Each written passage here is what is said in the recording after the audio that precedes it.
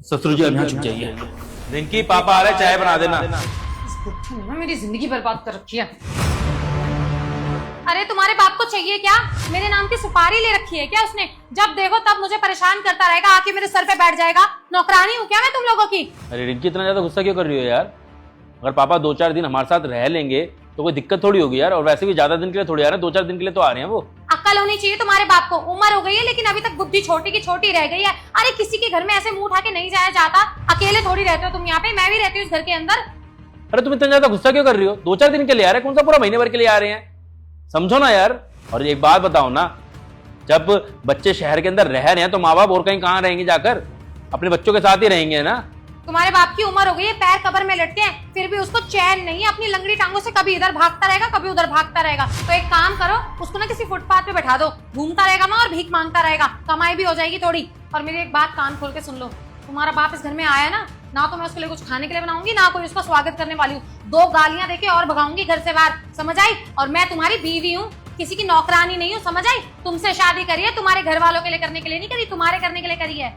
माना कि तुम्हारा बाप है, मन करता होगा अपने बेटे से मिलने का, तो महीने में एक बार आया करे, मिल के चले जाया करे वापस अपने गांव। कि बार बार आने का क्या टंटेरा पाल रखा है तुम लोगों ने? और इतना ही तुम्हें अपने बाप की याद आती है ना, तो तुम ना चले जाया करो गांव, वहां जाकर के मिला करो अपने बाप से। मैं ना किसी की नौकरानी नहीं हूँ जो वो यहाँ पे आएगा मैं 56 भोग बना के रखूंगी। अरे रिंकी, अगर मुझे छुट्टी मिलेगी तो मैं खुद जाके गांव पापा से मिल लूंगा। लेकिन अगर अभी पापा अगर शहर में आके मिलना चाहते हैं तो इसमें कोई बहुत बड़ी चीज थोड़ी है। और तुम ना ज्यादा गुस्सा मत करो।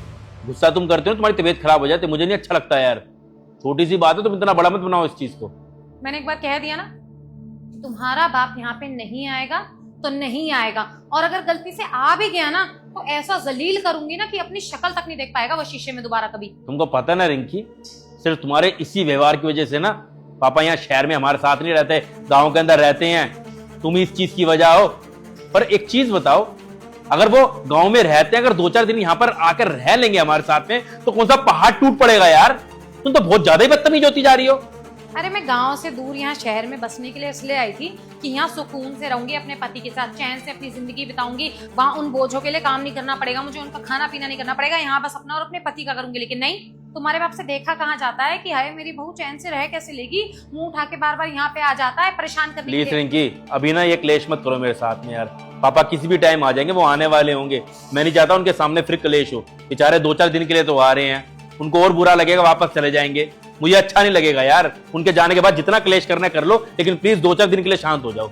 अच्छे से पता है तुम्हें कि तुम्हारा बाप यहाँ पे आता है ना तो कितना परेशान करता है। सुबह 4 बजे चाय की डिमांड कर देंगे, फिर 8 बजे उनको हलवा खाना होता है। अरे ऐसे नहीं चलता है घर में। मैं किसी के लिए कोई काम नहीं करूंगी। और अगर तुम्हारा बाप यहाँ पे आ गया ना तो बहुत बुरी लड़ाई हो जाएगी। मैंने ये याद रखना, पूरी सोसाइटी देख लेगी कि असलियत है क्या तुम्हारे घर वालों की। देखो रिंकी, अब ना चिल्ला के कोई फायदा नहीं है, ना गुस्सा करके कोई फायदा है। पापा गाँव से निकल चुके और किसी भी टाइम आधे पौने घंटे में यहाँ पहुंचने वाले होंगे।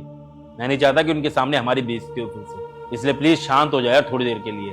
और फिर भी अगर तुमको ज्यादा ही प्रॉब्लम है ना पापा से, तो एक काम करो, तुम रूम में रहना अपने, मत करना कोई काम। मैं खुद पापा के लिए सारा काम कर लूंगा। ठीक है, फिर इतना ही शौक है ना तुम्हें अपने बाप से मिलने का, आने दो अपने बाप को। मैं देखती हूँ इस घर में तुम्हारा बाप रहेगा या मैं। वाह बेटा वाह, शाबाश। यही सब तो सिखाया है ना मैंने तुझे, है? पापा आप मतलब विनय, उतनी देर से जो तुम बात कर रहे थे पापा की, वो मेरे पापा के बारे में कर रहे थे अपने? नहीं देख लिया ससुर जी, आप मुझे कहते थे ना कि शादी से पहले मेरे माँ बाप मेरे साथ में रहते थे, अब क्यों नहीं रहते दामाद जी? तो देख लीजिए, उसकी वजह आपकी ये बेटी है। अगर ऐसा व्यवहार करेंगे तो कौन रहेगा मेरे साथ में फिर?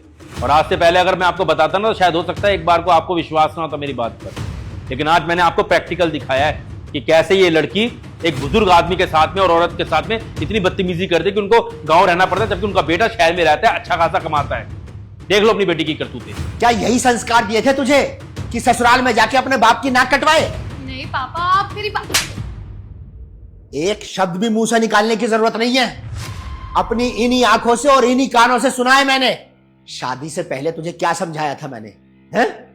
कि लड़की का असली घर उसका ससुराल होता है। और तुझे यह भी समझाया था कि अपने सास ससुर की इज्जत करना। और तू यहां पे ये गुल खिला रही है? अरे बेवकूफ, तेरी इन हरकतों से ना तेरा खुद का घर बर्बाद हो जाएगा। इसमें ना गलती इसकी नहीं है, गलती मेरी है। शायद मैं ही इसे सही से संस्कार नहीं दे पाया, इसकी गलती के लिए ना दामाद जी मैं आपके आगे हाथ जोड़ रहा हूं, माफ कर दीजिए इसे। देखिए ससुर जी, मेरे आगे हाथ मत जोड़िए प्लीज़। आप मेरे पिता के समान हैं। मैंने आपको यहाँ कोई बेइज्जत करने के लिए नहीं बुलाया। बस मैं आपको चाहता था कि आपको पता लगे कि आपकी बेटी का क्या व्यवहार है, कैसे इसकी आदतें हैं, कैसे ये मुझे और मेरे माँ बाप को टॉर्चर करती है।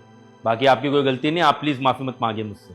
और सच बात तो यही है ससुर जी, आज के ज़माने में ना अगर लड़का अपनी बीवी का साथ दे ना तो जोरू का गुलाम कहलाता है, और यही अगर माँ बाप का साथ दे तो ये कहते हैं कि अपनी माँ के पल्लू से बंधा हुआ है। लेकिन लड़के का दर्द कोई नहीं समझता। अरे कोई उस लड़के से भी तो पूछे ना कि वो किसके साथ रहना चाहता है। उस लड़के से कोई नहीं पूछता।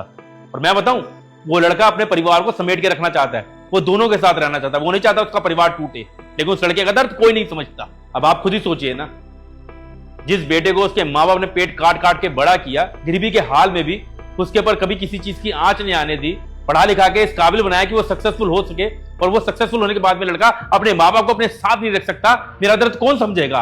इतना सपना था मेरा कि कामयाब होने के बाद में माँ बाप को साथ में रखूंगा, लेकिन आपकी ये बेटी उन्हें रखना तो दूर की बात, एक दो दिन के लिए भी यहाँ नहीं आने देती। सही कह रहे हैं दामाद जी। असली घर, असली परिवार तो वो होता है जहां पर छोटे बड़े बूढ़े सब एक साथ मिलजुल कर प्यार से रहते हैं। और लेकिन मेरी इस नालायक बेटी ने अपना खुद का घर अपने हाथों से बर्बाद कर लिया है। बेटी, अभी भी समझा रहा हूं तुझे, संभल जा। अरे सोच के देख, आज जिस तरीके से तू अपने ससुराल में ये सब कर रही है, कल को जब तेरे भाई की शादी होगी और तेरी भाभी घर में आएगी, कल को अगर उसने मुझे धक्के मार के घर से बाहर निकाल दिया तो तुझ पर क्या बीतेगी है?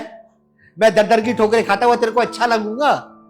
एक औलाद को ना कभी भी अच्छा नहीं लगता कि उसके माँ बाप दर दर की ठोकरें खाए, भटकते फिरे। सोच के देख, दामाद जी को कितना बुरा लग रहा होगा। उनके माँ बाप पता नहीं कहाँ धक्के खा रहे होंगे, कहाँ ठोकरें खा रहे होंगे। पापा, पर वो ऐसा क्यों करेंगे? वो तो आपसे बहुत प्यार करते हैं ना। अरे क्यों नहीं कर सकती? अरे जब तेरे को मैंने संस्कार दिए हैं और तू ऐसा कर रही है तो उसका तो पता ही क्या कि उसे संस्कार होंगे या नहीं होंगे। और एक चीज बता दूं, ये जो कर्म है ना, कर्म घूम फिर के आते हैं। जैसा तू दूसरों के माँ बाप के साथ करेगी ना, वैसे तेरे माँ बाप के साथ भी होगा। नहीं पापा, मैं आपको ऐसे लाचार नहीं देख पाऊंगी, वो भी तब जब सब कुछ मेरी वजह से हुआ है। हाँ, मुझे माफ कर दो, मैं दोबारा ऐसा कभी नहीं करूंगी। पापा please, I am really sorry. अरे माफी मुझसे मत मांग, माफी मांग दामाद जी से, जिनके माँ बाप को तूने घर से बाहर निकाला है। और मेरी सलाह माने ना, और अपने सास ससुर को फोन करके घर बुला, उनकी सेवा कर। असली स्वर्ग जो है ना, वो माँ बाप के चरणों में होता है, सास ससुर के चरणों में होता है। शादी के बाद एक लड़की के लिए उसके सास ससुर ही उसके माँ बाप होते हैं। I am so sorry. तुम प्लीज मुझे माफ कर दो। मुझे अपनी गलती का एहसास हो गया है कि मैंने कितना गलत किया है तुम्हारे पापा जी के साथ। मैं शर्मिंदा हूँ अपनी हरकत के लिए, और मैं प्रॉमिस करती हूँ कि मैं ऐसा दोबारा कभी करूँगी भी नहीं। तुम बस प्लीज मुझे माफ करके मुझे एक मौका दे दो। मैं समझ गई हूँ विनय, दोबारा कभी तुम्हें शिकायत का मौका नहीं दूंगी। और हाँ, मम्मी पापा को मैं खुद फोन करके यहाँ बुलाऊंगी और पूरी सेवा करूंगी उनकी। मेरे से माफी मांग के कोई फायदा नहीं है रिंकी। मैं तुम्हें तभी माफ करूंगा जब तुम मेरे माँ बाप को फोन करके गांव से यहाँ शहर बुलाओगी। जाओ अब चाय बना के लाओ। आओ पापा जी बैठ लो। हाय गाइस, कैसे लगी आपको वीडियो? अभी हम इस वीडियो को हरियाणा में बैठ के बना रहे हैं, आप कौन से शहर में बैठ के इस वीडियो को देख रहे हैं जरूर बताना। हमें अच्छा लगता है जब हम आपके शहर का नाम पढ़ते हैं। और अगर आप इंडिया में नहीं रहते हैं, बाहर किसी कंट्री में बैठ के देख रहे हैं, तो भी जरूर बताना। इससे हमारे हौसले बढ़ते हैं जब हम देखते हैं कि इंडिया से बाहर भी लोग हमारी वीडियो देख रहे हैं। Bye bye, take care, love you, और वीडियो को शेयर जरूर करें।